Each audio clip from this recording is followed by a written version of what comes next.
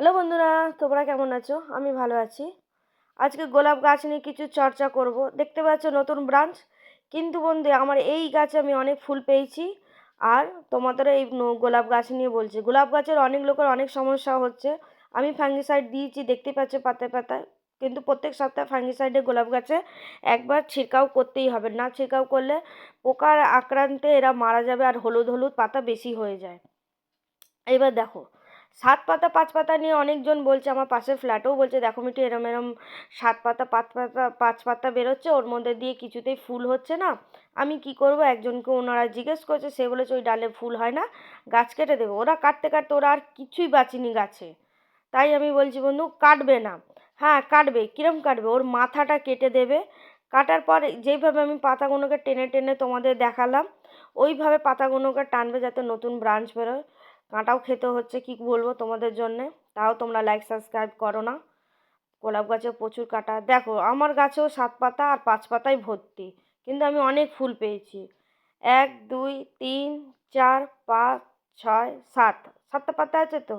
এবার বলবে না হয়তো আমি ভিডিও করার জন্য বা ভিডিও লাইক সাবস্ক্রাইবের জন্য মিথ্যে কথা বলছি। দেখে নাও 7 পাতা আমি কাট করেছি।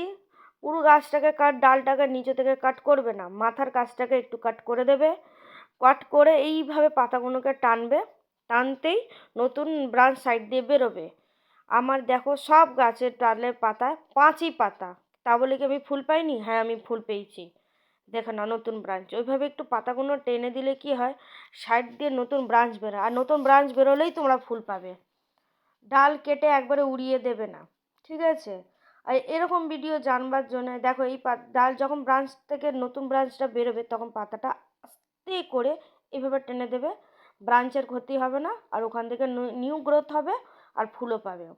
এরকম ভিডিও পাওয়ার জন্যে, যদি তোমরা জানতে না আমি প্রথম দেখালাম, বা তোমরা ভিডিওটা যদি বুঝতে পারলে, তাহলে লাইক সাবস্ক্রাইব করতে কিন্তু বন্ধু ভুলবে না, এরকম ভিডিও আরও আনবার জন্যে। আর তোমাদের কোনো প্রবলেম থাকলে তোমরা বলতে পারো, আমি এরকম প্রবলেমের ভিডিও তোমাদের বানিয়ে দেখাবো। সবার সমস্যা আছে, সমস্যার সমাধানও আছে। সমাধান জানতে হলে আমার ভিডিওকে ধরে দেখতে হবে তোমাদের বারবার।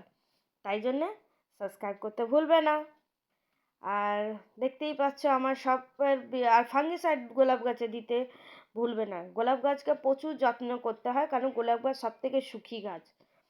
আর গোলাপ গাছে দেখে না, এটা 5 পাতা তো বন্ধু, দেখো এইটা হলো আমার 3 পাতা। এই যে নতুন ব্রাঞ্চ ওপর থেকে বেরোচ্ছে, এইবার আমার এর মধ্যে ফুল আসবে।